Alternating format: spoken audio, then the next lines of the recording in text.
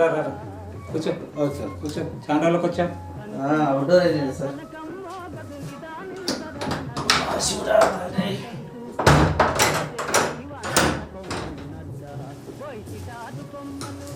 విశ్వనాథ్ దా కూర్చో కూర్చో కూర్చో ఎక్కడి నుంచి రావడం సార్ లక్ష్మయ్య సార్ ఇంటి నుంచి వస్తున్నా. Okay okay okay okay sir ఏం బాగున్నాడంటే పాపం ఫీలింగ్ తోటి ఉన్నాడు. వాళ్ళ అబ్బాయి పెళ్లి పెట్టబుల్ అయిపోయి. అయ్యో ఏమీ విషయం? ఇక అమ్మాయి ప్రాబ్లం తోటి. అయ్యో ఏమైంది అమ్మాయికి? ఇక అమ్మాయికి అంటే ఒప్పుకోలేదు ఎన్నో కారణాలతో. ఎందుకు ఒప్పుకోలేదు? ఎంగేజ్మెంట్ ఈ రోజే కదా. ఉన్నాయి ఎన్నో బహు కారణాలు ఉన్నాయి. అయ్యో సార్ ఏం లేదు, చెట్టు కింది పెళ్లి కొడుకులని సీరియస్ స్టోరీ రాస్తున్నా. నేడు సమాజంలో అమ్మాయిల కొరత వల్ల పెళ్లి కాని ప్రసాదుల్లా మిగిలిపోతున్నారు.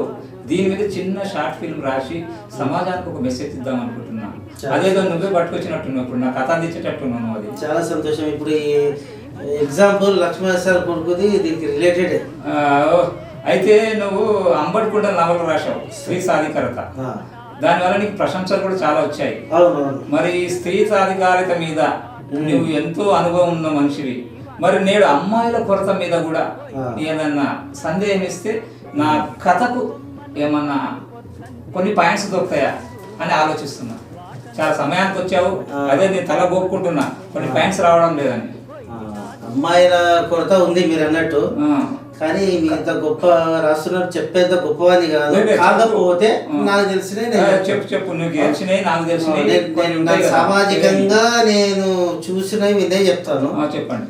ప్రధానంగా ఓకే, భ్రూణహత్యలు. భ్రూణహత్యలు ఇప్పుడు ఇక్కడ విశ్వం మీరు ఈ రోజు వరకు ఇప్పటి వరకు కొనసాగుతూనే ఉన్నాయి. మొన్న 2 రోజుల కింద వరంగల్ దగ్గర ఒక పసికందు పుట్టగానే భూమిలో పాతి పెట్టిండ్రు. పసికందు అంటే ఆడపిల్లనా మగ పిల్లనా? ఆడపిల్ల. ఆడపిల్ల పుట్టిన కళ్ళు తెలిసినేంబడి నాకైతే ఏడుపు వచ్చింది. అది కూడా ఒక కారణమే కావచ్చు, ప్రధాన కారణం. ఓ నాయన, మరి దీనిపైన మరి పోలీస్ చర్యలు తీసుకోవాలి. ఏమి విశ్వనాథ్ నువ్వు అట్లా తల ఊపుతావు? ఈనాడు ఈ స్కానింగ్లు, ఈ నిర్ధారణ టెస్టులు లేవు కదా, నేరం కదా, జరుగుతూనే ఉన్నాయి. ఇది ఒక కారణం. లేట్ మ్యారేజ్ చేసుకోవడం కూడా. లేట్ మ్యారేజ్ అంటే ఓకే, ఈనాడు ఎవరు కూడా ఆనాడు 16-18 ఏళ్ళకి చేసుకుంటారు, ఈనాడు 25 దాటితే కానీ చేసుకోవట్లేదు. అది కూడా ఒక కారణం కావచ్చు. అవును. ఇంకా ముఖ్యంగా ఇంకొకటి, అమ్మాయిలు తనకంటే వయస్సు 1 సంవత్సరం. ఓకే ఓకే, ఆనాడు 10 సంవత్సరాలు ఉన్నా చేసేవాళ్ళు, ఈనాడు ఒప్పుకోవట్లేదు. అదొక కారణము.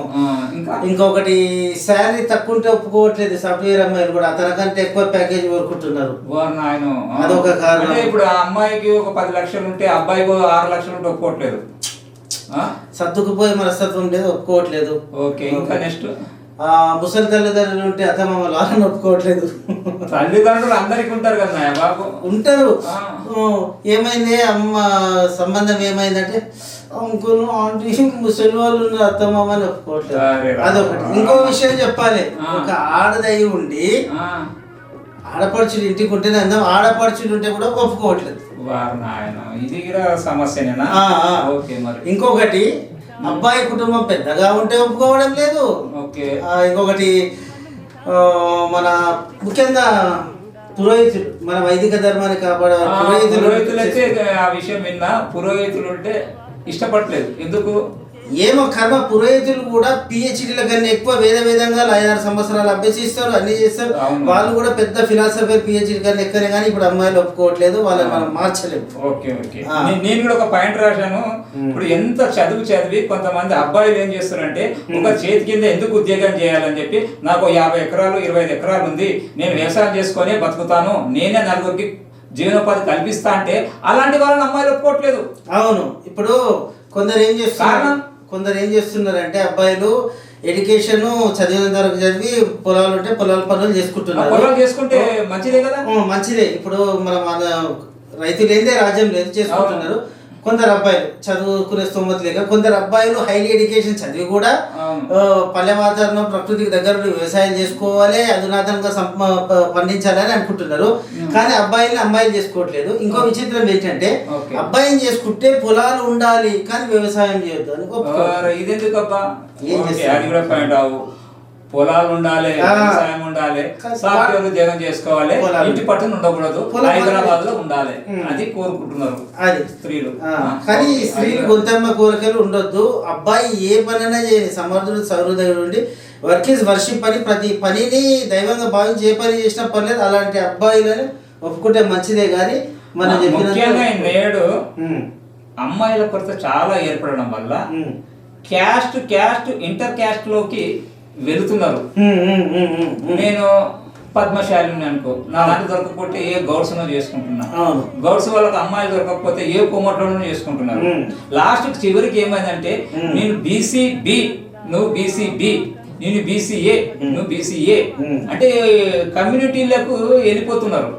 కుల మతాలకు అతీతంగా కులాలు లేవు, మతాలు లేవు, అమ్మాయి దొరికితే చాలు, వాళ్ళు మా BC వాళ్ళు అయితే చాలు అనే తోటి సరిపెట్టుకోవాల్సిన పరిస్థితి ఏర్పడుతున్నది. అవునవును. ఇప్పుడు మీరు అనేది ఏంటంటే BC బ్యాక్వర్డ్ క్యాస్టుల్లో ఏ కేటగిరీ కులము ఉపకులముతో సంబంధం లేకుండా BC అయినా లేదా అట్లా చేసుకుంటున్నారు. ఇంకో విషయం FC కోమట్లు FCలు ఉన్నారు.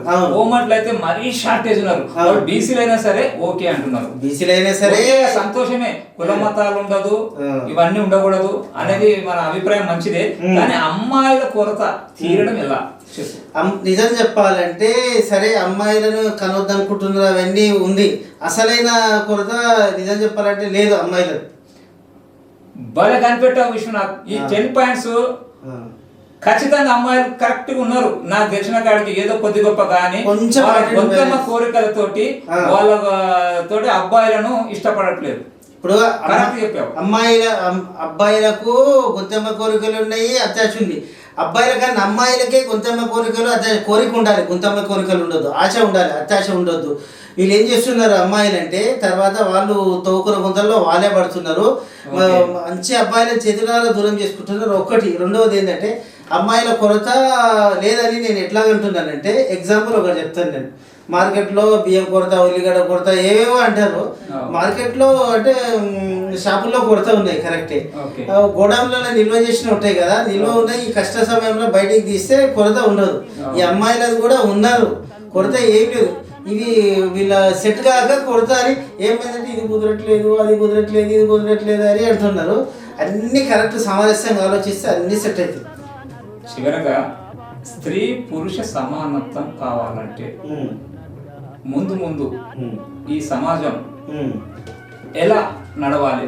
నీకు తెలిసిన విషయాలు ఏమన్నా? స్త్రీ పురుష సాధికారత అనేది చట్టాలు చేసిండ్రు, సాధికారత ఉంది, కొంతవరకు వచ్చింది కానీ పూర్తిగా రాలేదన్నారు. పూర్తిగా రావాలంటే ప్రభుత్వం చట్టాలు చేయడం కాదు, చట్టం అనేది కాగితానికే పరిమితం అయిపోతుంది.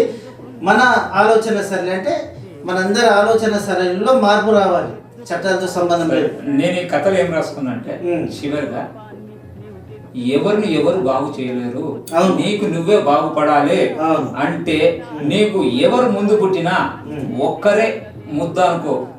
ముందు ఫస్ట్ అమ్మాయి పుడతారు, ఒక్కరే ముద్ద అనుకోండి.